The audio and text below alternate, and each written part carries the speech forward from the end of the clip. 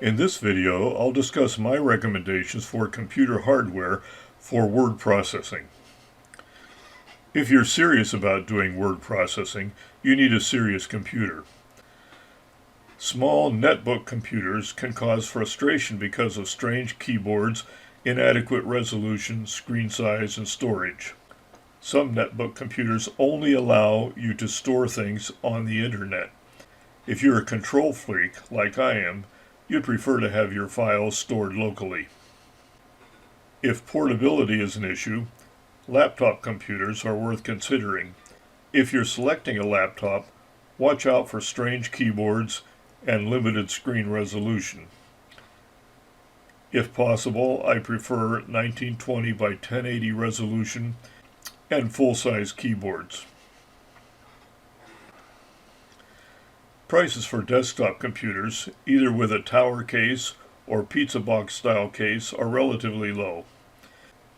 At the time I'm creating this video, new desktop computers adequate for desktop publishing can be found for less than $600. From time to time, refurbished computer suppliers acquire large volumes from a company upgrading or downsizing. They clean them up and they sell them for below $200. There are great bargains for good searchers. Walmart, Amazon, and big box stores like the Micro Center will occasionally have refurbished bargains. I do not recommend all-in-one computers. They tend to be overpriced and are nearly always impossible to fix when they go bad, and they will go bad. Also, computers advertised for seniors are to be avoided. They're always overpriced. They're not really that much easier than a regular computer, and they're not very flexible. And this opinion is based on over 10 years providing tech support to the Bristol Village Computer Club, where our senior residents have almost every type of computer and every possible problem.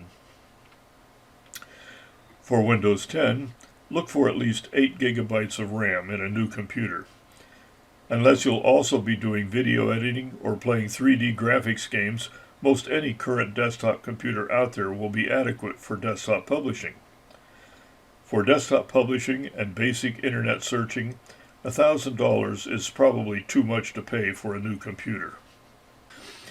If you have an old, outdated Windows PC that has at least 4 gigabytes of RAM and a decent sized 1920 by 1080 monitor, don't throw it out. You can install Linux Mint. It will look a lot like your old PC, and it comes with LibreOffice, Firefox, and Thunderbird for email. The good news is Linux is free.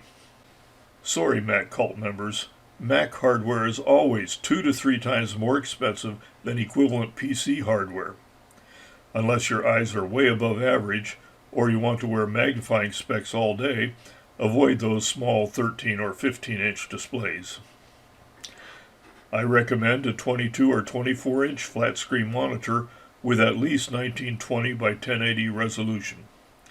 You can find 24-inch monitors for a little over $100, and there are some 22-inch monitors out there from under $100. You will also need a decent keyboard. I like the Keys UC large print US English USB wired yellow keyboard. They also come in other colors other than yellow. The Keys UC keyboards have standard size keys with large letters and a good feel for typing. Some folks like a backlit keyboard for better low-light use. You will also need a mouse. Try to find one that fits your hand. If you're experiencing loss of finger dexterity, consider a trackball alternative to the mouse. An advantage of trackballs is that they stay in one place, as opposed to the mouse, which has to be moved around on the desk. Printers are available as either inkjet or laser. Inkjet printers are cheap, but ink cartridges are not. Also, ink can dry up, and it's not good for occasional users. Laser printers use dry powder and are typically more reliable. Multifunction or all-in-one printers can be used as copy machines or to scan documents. However, if all you want to do is print documents in black and white, consider a monochrome laser printer. You can find a decent monochrome laser printer that will print on both sides for around $100 or a little more than $100. Color laser printers start around $300 on up. An external hard drive is a must for backing up files and moving files from one computer to another. You can get more USB 3 storage for under $100 than you will ever need for even the largest book files you are likely to create. External hard drives are also very good places to archive files from your digital cameras. The price of flash drives keeps coming down. Less than $10 will get you a flash drive with up to 128 gigabytes of storage space. They're easy to use, and they're small, so they're also easy to lose. And they're easy to move files from one computer to another. Because the mean time between failure of flash drives is worse than hard drives, I don't recommend flash drives as an alternative for active storage of document files. If you're going to be serious about word processing, you need to set up a good working space. You need enough space to spread out your documents and pictures and things you'll need to use as you create your books or other documents.